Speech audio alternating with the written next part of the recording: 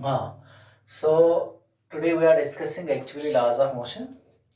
तो laws of motion जो है, इसके बैकग्राउंड में हम थोड़ा जाते हैं। बेसिकली दो ब्रांचेस फिजिक्स की ओल्डेस्ट ब्रांचेस में से तस्वूर की जाती है, जिसमें ऑप्टिक्स आता है, जिसमें हम लाइट के बारे में इंफॉर्मेशन लेते हैं, और एक मैकेनिक्स आता है जो हमें मोशन के बारे में इंफॉर्मेशन देती है, जो आपने पिछले यूनिट में पढ़ा है। सो मैकेनिक्स जो है, mechanics it is that branch of physics which discusses motion of material objects। अब मैकेनिक्स जो है, इसकी जो दो ब्रांचेस निकलती है, पिछले लेक्चर में आपने देखा है, इसमें एक स्टैटिक्स है, स्टैटिक्स, और एक आता है डायनामिक्स, डायनामिक्स। तो स्टैटिक्स जो है, स्टैटिक्स उन बॉडीज के बारे में हमें इंफॉर्मेशन देती है जो रेस्ट में होती है। तो पहली बात आप याद रखेंगे, actually we are discussing mechanics, ये मैकेनिक्स की ब्रांचेस आगे आ जाएंगी। सो मैकेनिक्स वो ब्रांच है फिजिक्स का जो हमें इंफॉर्मेशन देता है विद रिगार्ड टू मोशन। पिछले यूनिट्स में हमने देखा कि हमें क्या इंफॉर्मेशन चाहिए विद रिगार्ड टू मोशन। हमें इंफॉर्मेशन चाहिए what is motion, what is rest.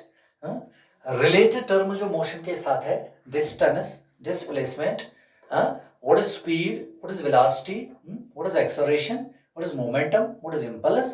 ये सभी टर्म्स जो है ये जुड़ी है मोशन के साथ, और हमें चाहिए information with regard to these terms. तो मैकेनिक्स वही ब्रांच है फिजिक्स का जो आपको इन मोशन के बारे में इंफॉर्मेशन देगा, और मोशन के साथ जो रिलेटेड टर्म्स है उनके बारे में इंफॉर्मेशन देगा। अब मैकेनिक्स जो है, इसको हम ब्रॉडली दो ब्रांचेस में तब्दील कर सकते हैं, एक है स्टैटिक्स और एक है डायनामिक्स। स्टैटिक्स जो है, ये डिस्कस करता है उन बॉडीज को which are at rest.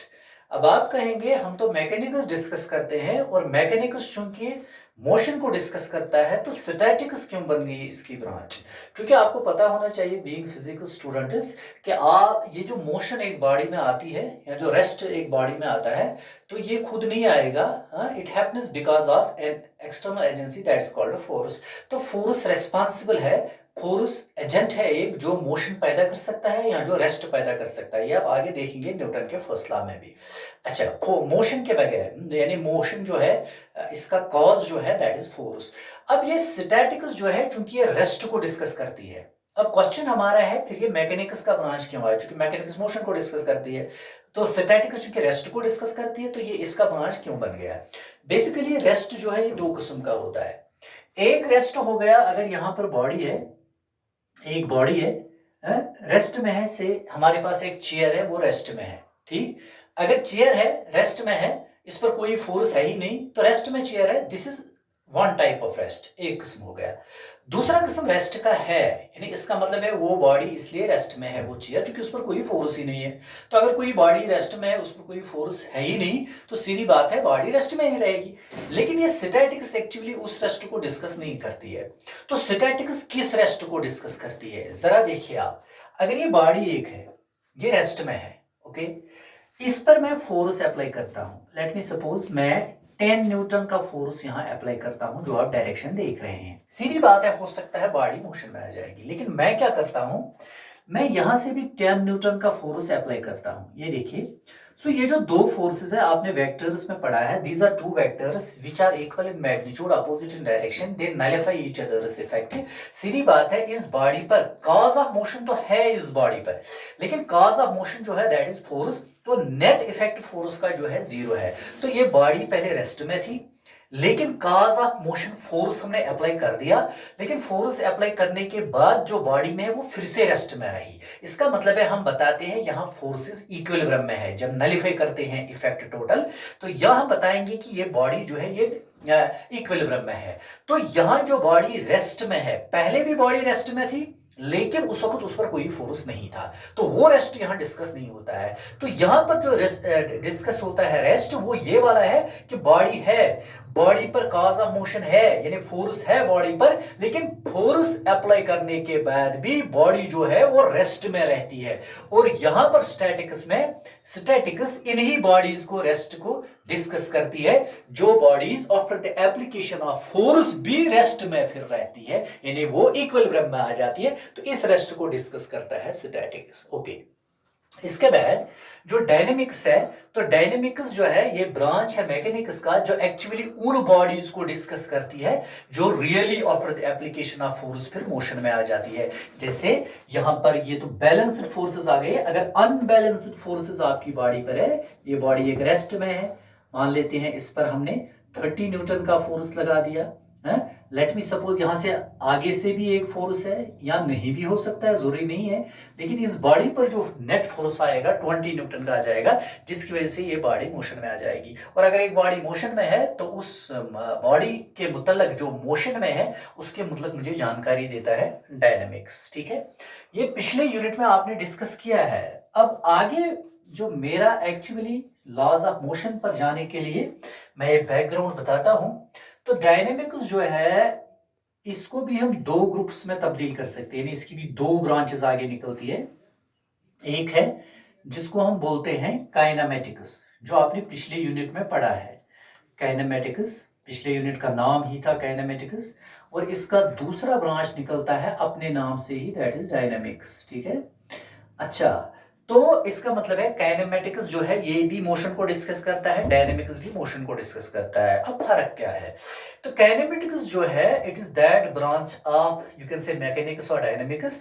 Kinematics is that branch of mechanics which discusses motion, तो ये भी मोशन को डिस्कस करता है, but it does not take into account the cause of motion. तो ये आपको कॉज ऑफ मोशन के बारे में जानकारी नहीं देती है, व्हिच इज एक्चुअली फोर्स, क्योंकि आपको पता है फोर्स के बगैर मोशन पॉसिबल ही नहीं है।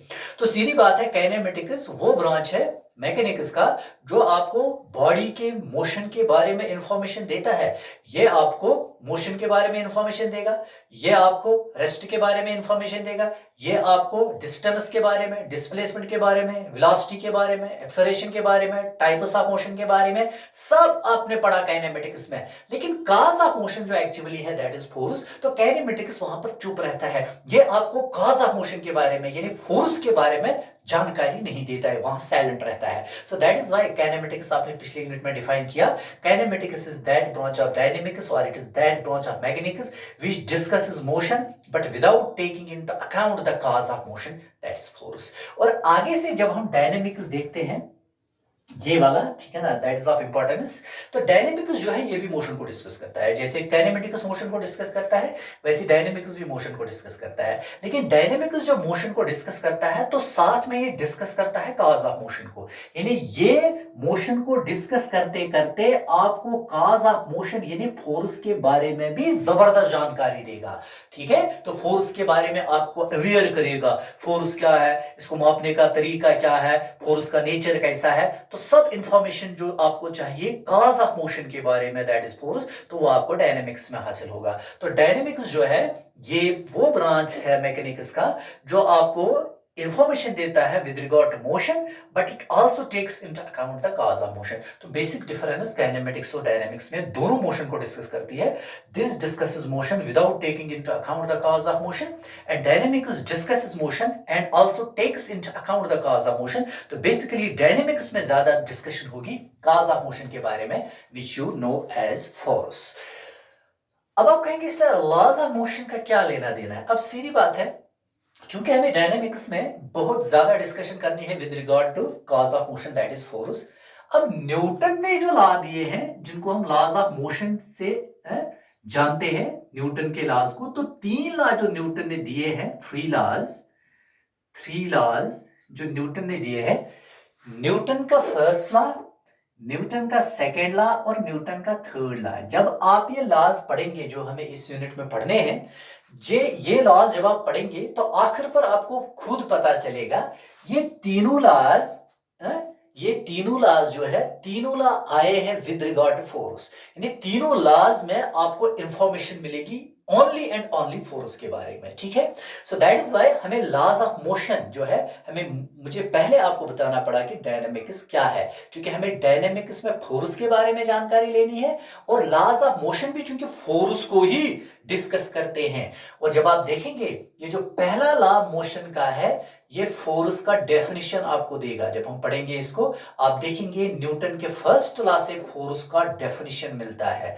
न्यूटन के सेकंड लॉ से फोर्स को मेजर करने का तरीका निकलता है, फोर्स के यूनिट्स के बारे में जानकारी मिलती है। और न्यूटन का तीसरा लॉ जो है यह आपको फोर्स का नेचर बताता है कि यूनिवर्स में जो फोर्सेस आते हैं, किस नेचर के फोर्सेस आते हैं, उनका नेचर कैसा होता है। तो सीधी बात है, आप आगे भी देखेंगे, लेकिन मैं पहले बता के रखता हूं, ये तीनों लॉज जो न्यूटन ने दिए हैं ये बेसिकली डिस्कस करते हैं फोर्स को, कॉज ऑफ मोशन को। दैट इज वाई हम बताते हैं कि गैलीलियो के बाद बहुत जबरदस्त कंट्रीब्यूट किया है डायनामिक्स को न्यूटन ने, क्योंकि न्यूटन ने फोर्स को पूरी तरीके से डिस्कस किया है अपने 3 लॉज में।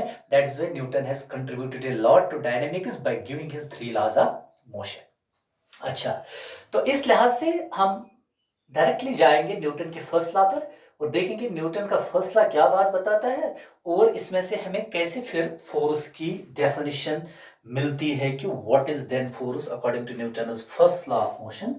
तो वो बात हम देखने की कोशिश करेंगे।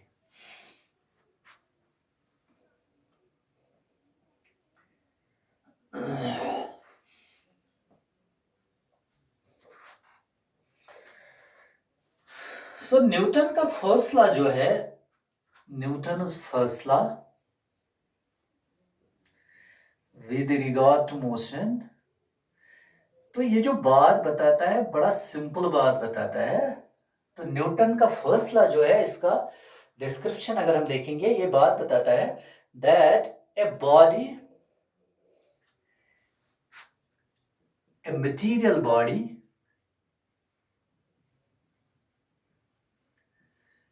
persists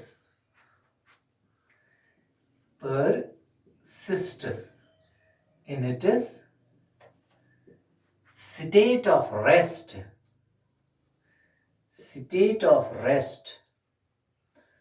or state of uniform motion। Books लिखती है uniform motion in a straight line, लेकिन मेरे ख्याल से वो लिखना थोड़ा अजीब होगा, क्योंकि यूनिफॉर्म मोशन जो है it is always straight line, ये हमेशा स्ट्रेट लाइन ही हो सकती है। यूनिफॉर्म अगर बॉडी स्ट्रेट में नहीं चलती फिर यूनिफॉर्म मोशन का सवाल ही नहीं है। So a material body persists in its state of rest और state of uniform motion unless, आप कंडीशन लगती है unless acted upon by some external force,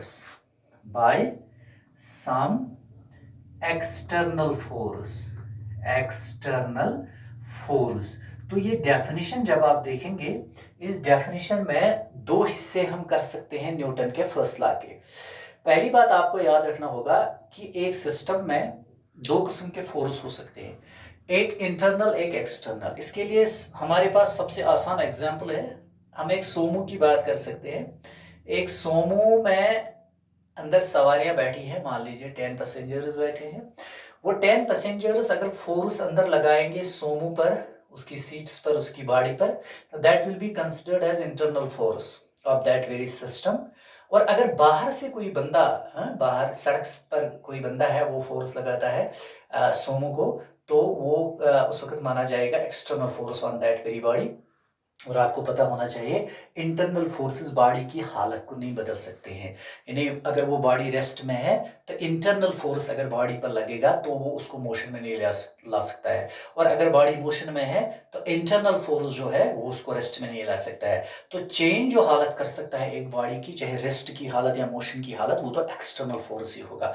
हमारे पास एक्सपीरियंस भी है, अगर हम सोमो अगर किसी वक्त उसका बैटरी डाउन होगा तो फिर अंदर सवारियां जो बैठी है 10 पैसेंजर्स बैठे हैं या 9 पैसेंजर्स बैठे हैं, तो ड्राइवर उनको बोलता है कि आप नीचे उतरो और सोमो को धक्का दे दो। तो वो सोमो को धक्का लगाते हैं तो ये जो गाड़ी है ये स्टार्ट हो जाती है। अब अंदर भी वही लोग बैठे हैं, तो ड्राइवर उनको ये नहीं कहता है कि आप सीटों पर धक्का लगाओ, ठीक है ना, तो सोमो चलेगा। तो वो इसलिए नहीं कहता है क्योंकि वो फिर इंटरनल फोर्स आएगा सिस्टम का, और इंटरनल फोर्स बॉडी को मोशन में नहीं ला सकता है अगर वो रेस्ट में है, ठीक है। सो दैट्स वाई आपको याद रहना चाहिए कि ये एक्सटर्नल फोर्स की बात क्यों चली है यहाँ, ठीक है। एक्सटर्नल फोर्स ही बॉडी की ये जो कंडीशन है रेस्ट वाली या मोशन वाली उसको चेंज कर सकता है। That is very important, you have to keep it in mind. So a material body persists in its state of rest मैं पहले इसको थोड़ा बंद करता हूं, ठीक है। एक रेक्टेंगल में अगर आप देखेंगे, ये पहला हिस्सा जो न्यूटन के फर्स्ट लॉ का है, ये सेल्फ एक्सप्लेनेटरी है। सेल्फ एक्सप्लेनेटरी का मतलब है ये अपने आप को खुद ही एक्सप्लेन करता है, इसमें बहुत ज्यादा एक्सप्लेनेशन की जरूरत नहीं है। आम बच्चा भी समझ सकता है कि ये क्या बात कहता है न्यूटन का फर्स्ट लॉ। इस हिस्से में ये बात कहता है कि अगर कोई बॉडी रेस्ट में है, आपने पिछली यूनिट में रेस्ट मोशन पढ़ा है, वो आप जहन में रखिए। अगर कोई बॉडी रेस्ट में है, तो इस लॉ का मतलब है ये परसिस्ट करती है, ये बॉडी रेस्ट में है, यानी अगर बॉडी रेस्ट में है तो रेस्ट में ही रहेगी। कब तक रेस्ट में रहेगी? फिर यहां से स्टार्ट होता है इसके लिए condition, unless acted upon by some external force. तो इसका मतलब है अगर एक बॉडी रेस्ट में है तो हमेशा के लिए रेस्ट में ही रहेगी, तब तक जब तक कि उस पर कोई एक्सटर्नल फोर्स नहीं आ जाएगा। वो एक्सटर्नल फोर्स कहां से आए वो दूसरी बात है। तो जब तक एक्सटर्नल फोर्स बॉडी पर नहीं आ जाए तब तक अगर एक बॉडी रेस्ट में है तो रेस्ट में ही रहेगी, ठीक है ना। अभी सेल्फ एक्सप्लेनेटरी है। सेल्फ एक्सप्लेनेटरी का मतलब, मैं मानता हूं यहां पर एक चेयर है, चेयर रेस्ट में है। यहां हम ऐसा मानते हैं कि यहां पर एक टेबल है, टेबल पर बुक है, मैंने बुक टेबल पर रख दी, ठीक है ना। अभी बुक जो है ये रेस्ट में है। तो अगर इस बुक पर कोई एक्सटर्नल फोर्स नहीं आएगा, अगर 50 साल भी ये बुक इस टेबल पर रहेगी, ठीक है ना, रेस्ट में है तो रेस्ट में ही रहेगी, कभी मोशन में नहीं आ जाएगी जब तक इस पर एक्सटर्नल फोर्स नहीं आ जाएगा, ठीक है ना। मान लेते हैं मैं फिर हाथ बढ़ाता हूं, इस बुक को मोशन में लाता हूं, तो मैंने मस्कुलर फोर्स बाहर से लगा दिया तो बुक मोशन में आ गई। तो इसका मतलब है दिस इज सेल्फ एक्सप्लेनेटरी। बहुत आसान है ये चीज समझना कि अगर कोई बॉडी रेस्ट में है तो हमेशा के लिए रेस्ट में ही रहेगी, हाँ तब तक जब तक इस पर कोई एक्सटर्नल फोर्स नहीं आया। इसका मतलब है अगर एक्सटर्नल फोर्स आ गया तो वो सलाहियत रखता है इस बॉडी को मोशन में लाने के लिए, लेकिन अगर कोई एक्सटर्नल फोर्स बॉडी पर नहीं है, अगर वो बॉडी रेस्ट में है तो हमेशा के लिए रेस्ट में ही रहेगी। तो this is the first portion of Newton's first law, self explanatory. अब सेकंड पोर्शन जो है दैट वांट्स एक्सप्लेनेशन। तो सेकंड पोर्शन इसका कहता है if a body is in state of uniform motion. याद रखना यूनिफॉर्म मोशन आपने पिछले यूनिट में पढ़ी है कि uniform motion is that type of motion where velocity of the body remains constant. और वेलोसिटी बॉडी की तब कांस्टेंट रहती है जब मैग्नीट्यूड भी वेलोसिटी का कांस्टेंट रहता है और डायरेक्शन भी कांस्टेंट रहती है। इसीलिए यूनिफॉर्म मोशन का स्ट्रेट लाइन होना जरूरी है, तभी तो डायरेक्शन कांस्टेंट रहेगी।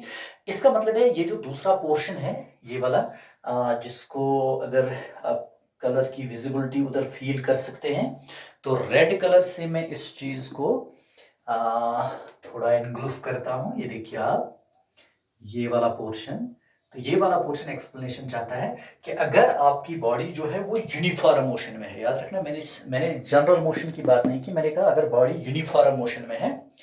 तो अगर बॉडी यूनिफॉर्म मोशन में है तो न्यूटन के फर्स्ट लॉ का कहना है कि अगर एक मर्तबा बॉडी यूनिफॉर्म मोशन में आ गई तो फिर ये रुकने वाली नहीं है, ये कभी नहीं रुकेगी, उसी यूनिफॉर्म मोशन में ही रहेगी जब तक कि इस पर बाहर से कोई फोर्स नहीं आएगा। तो इसका मतलब है अगर एक बॉडी यूनिफॉर्म मोशन में है वो भी अपनी मोशन वाली हालत को नहीं बदल सकती खुद, हाँ अगर एक्सटर्नल फोर्स आ जाएगा तो फिर वो बदलने की सलाहियत रखता है उस यूनिफॉर्म मोशन को, रेस्ट में वगैरह, जस्ट लाइक दैट।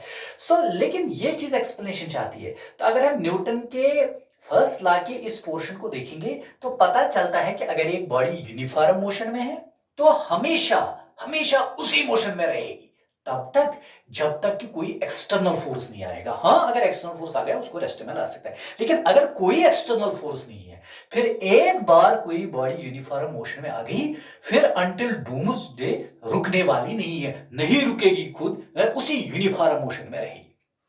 लेकिन हो सकता है हमारे लिए कुछ कंट्राडिक्टिंग इवेंट्स आ जाते हैं रियल लाइफ में। मैं एक की बात करूंगा।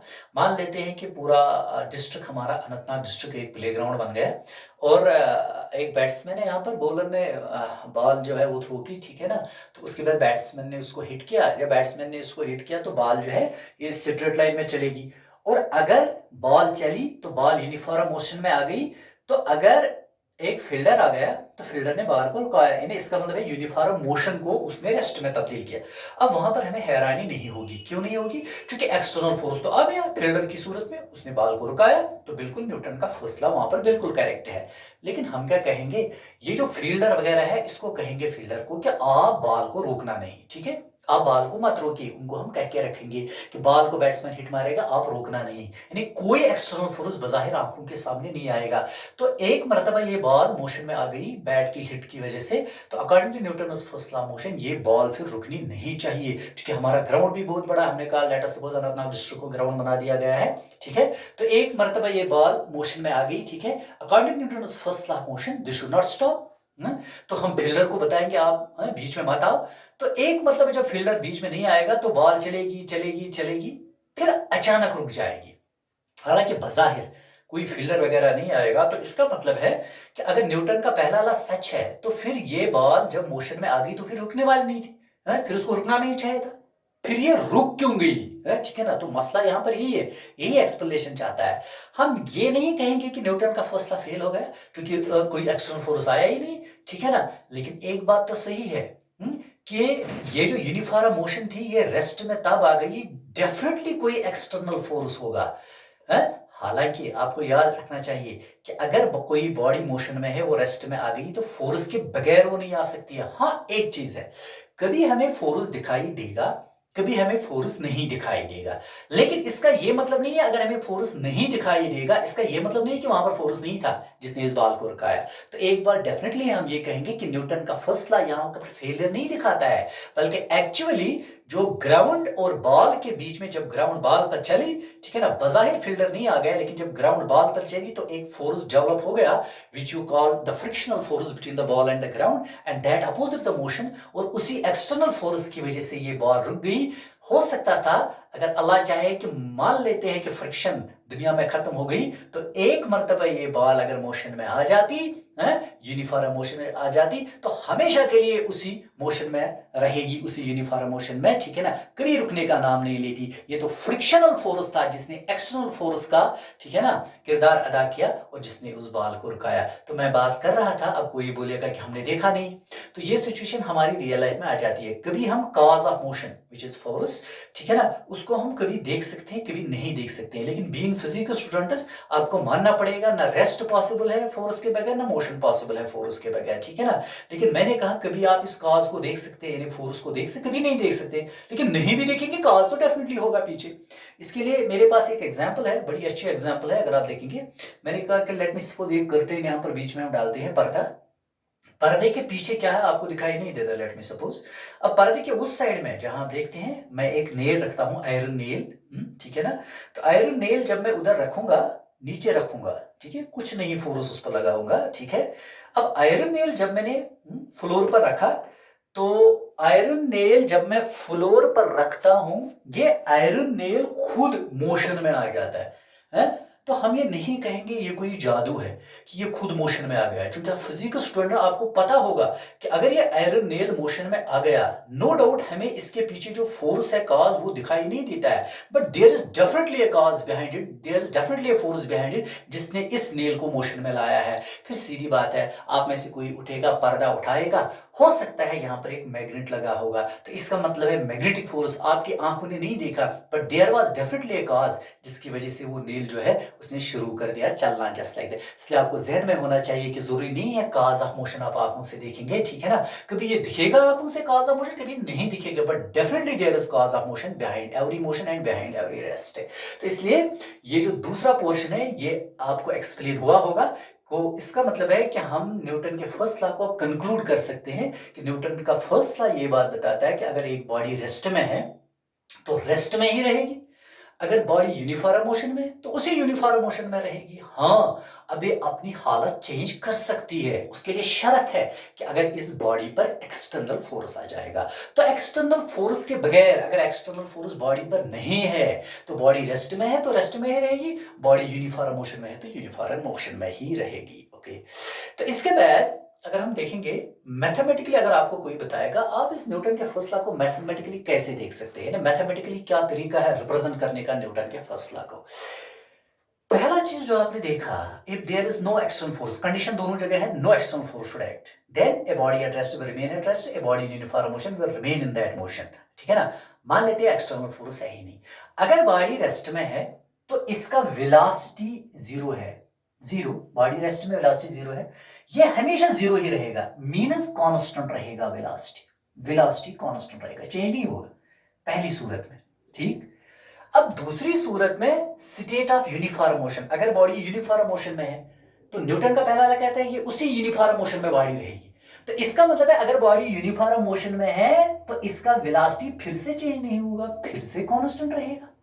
लेकिन इसके लिए शर्त है, मतलब कि न्यूटन के फर्स्ट लॉ में बॉडी का वेलोसिटी हमेशा रहता है कांस्टेंट है, लेकिन शर्त है अगर एक्सटर्नल फोर्स एफ एक्सटर्नल यानी एक्सटर्नल फोर्स अगर जीरो है, यानी अगर बॉडी पर कोई एक्सटर्नल फोर्स नहीं है, फिर न्यूटन के फर्स्ट लॉ के हिसाब से बॉडी का वेलोसिटी हमेशा रहना चाहिए कांस्टेंट।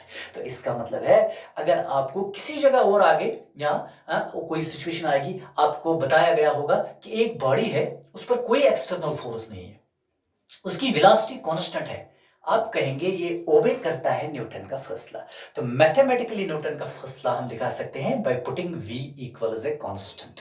अब आपको ये भी पता है, आपने वेलोसिटी के बाद एक्सेलरेशन पढ़ी है पिछले यूनिट में, और एक्सेलरेशन का वजूद तब आता है जब वेलोसिटी चेंज होती है।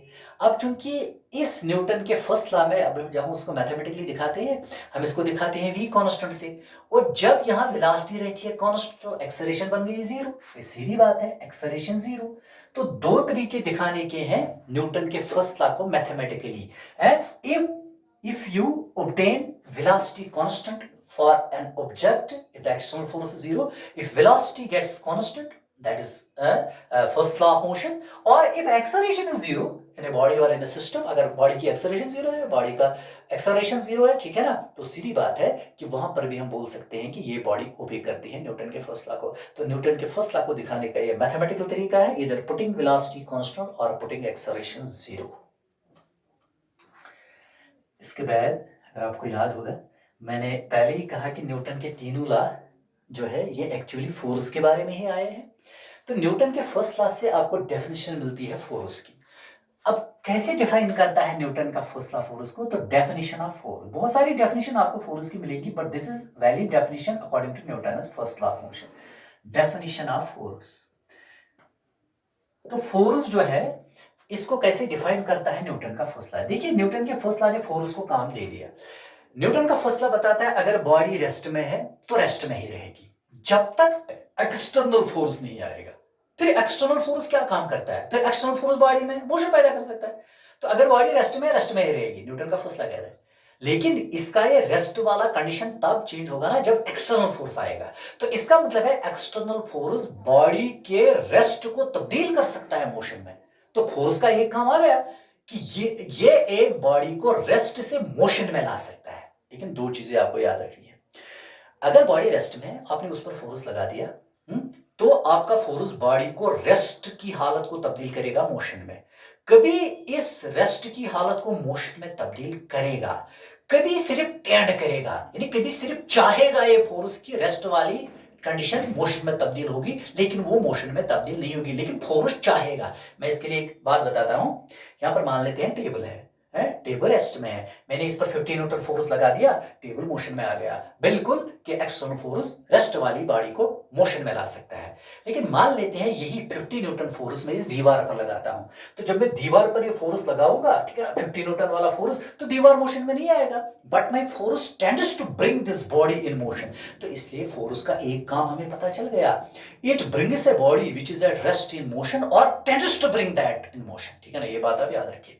दूसरा चीज, ये फोर्स का एक काम दे दिया न्यूटन के फर्स्ट लॉ ने फोर्स को, it brings a body which is at rest in motion और tries to bring that in motion. इसको हम फिर डेफिनेशन में टेंड लिखेंगे, tends to bring that body in motion. दूसरा चीज, अगर बॉडी यूनिफॉर्म मोशन में है, ये न्यूटन का फर्स्ट लॉ कहता है, अगर बॉडी मोशन में है तो ये बॉडी उसी मोशन में रहेगी जब तक कोई एक्सटर्नल फोर्स नहीं आएगा। फिर एक्सटर्नल फोर्स क्या करेगा? इसका मतलब है एक्सटर्नल फोर्स का एक और काम आ गया कि अगर ये यूनिफॉर्म मोशन में बॉडी है, उसकी इस यूनिफॉर्म मोशन वाली हालत को तब्दील कर सकता है। तो इसका मतलब है फोर्स को अब दूसरा काम दे दिया न्यूटन के फर्स्ट लॉ ने कि ये फोर्स जो इस बॉडी पर अप्लाई आप करेंगे, अगर बॉडी मोशन में है तो फोर्स इस बॉडी को रेस्ट में ला सकता है या लाने की कोशिश कर सकता है। इसके लिए भी दो कंडीशंस है। मान लेते हैं उधर से एक साइकिल आ गया, ठीक है ना, ये मोशन में है, आप चला रहे हैं साइकिल, आपका फ्रेंड बाहर से आता है यहाँ से, ठीक है ना, फोर्स लगाता है कुछ, आपके साइकिल को रुकाता है। इसका मतलब है एक्सटर्नल फोर्स जो है ये बॉडी को जो मोशन में है उसको रेस्ट में ला सकता है या रेस्ट में लाने की कोशिश कर सकता है। मान लीजिए उधर से अब एक सोमो आ गई और आप उसको रुकाना चाहते हैं, तो आपने फोर्स लगा दिया, लेकिन आप उसको रुका, आपका फोर्स जो है it tends to bring that body at rest, bring that body rest, लेकिन वो बॉडी रेस्ट में नहीं आने वाली, उसके साथ बहुत सारा फोर्स है। तो इसलिए ये जो फोर्स है इसको ये काम भी दिया गया है, it brings a body which is in motion at rest और tries to bring that body in rest. तो इसलिए दो काम न्यूटन के फर्स्ट लाने दिए हैं फोर्स को। It brings a body which is at rest in motion और tries to bring that in motion. और दूसरा काम फोर्स को ये दिया गया है, if a body is in motion the force brings that body in rest और tries to bring that body in rest. इस हिसाब से जो डेफिनेशन फोर्स को मिलती है न्यूटन के फर्स्ट लॉ से, वो हम यहां लिखने की कोशिश करेंगे। A force is that push or pull, कभी कभी एजेंसी भी कोई लिखते हैं, पुश और पुल के बदले लिखते हैं force is that agency. So A force is that push और पुल विच चेंजेस, पूरा ध्यान रखना, जो चेंज करती है, यानी रेस्ट वाली हालत चेंज करती है मोशन में, मोशन वाली हालत चेंज करती है रेस्ट में, या tends to change. A force is that push और पुल विच चेंजेस और टेंड्स टू चेंज, ये हो गया वही चाहता, tends to change. A force is that push or pull which changes or tends to change the state of rest, the state of rest or uniform motion of a body,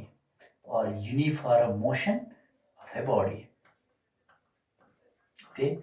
तो ये definition निकलता है Newton के first law से force का, that A force is that push और पुल और it is that agency which changes और टेंड्स टू चेंज, क्या चेंज करती है, द स्टेट ऑफ रेस्ट, यानी रेस्ट की हालत को चेंज करती है मोशन में, और uniform motion of a body, और यूनिफॉर्म मोशन वाली हालत दूसरी मोशन में या रेस्ट में तब्दील कर सकती है। तो इसलिए ये जो डेफिनेशन है from Newton's first law, A force is that push और पुल व्हिच चेंजेस और which changes, not with changes, which changes or tends to change the state of rest or state of uniform motion of a body, okay। अब यहां से Newton के first law से हमें material bodies के बारे में एक अहम प्रॉपर्टी का, ठीक है ना, इंडिकेशन मिलता है कि जो मटेरियल बॉडीज होती है दुनिया में, तो एक प्रॉपर्टी नजर आई हमें न्यूटन के फर्स्ट लॉ पढ़ने के बाद। वो प्रॉपर्टी कहलाई जाती है इनर्शिया। ये न्यूटन के फर्स्ट लॉ का नतीजा ही है कि इनर्शिया वाली बात हमारी समझ में आ गई कि इनर्शिया क्या है। इनर्शिया, तो इनर्शिया एक बॉडी की, मटेरियल बॉडी की वो प्रॉपर्टी है जिसकी वजह से हर कोई बॉडी, जो मटेरियल बॉडी है, उसके पास खुद को चेंज करने की सलाहियत नहीं है। न रेस्ट वाली हालत को चेंज करने की सलाहियत है, न यूनिफॉर्म मोशन चेंज करने की सलाहियत है।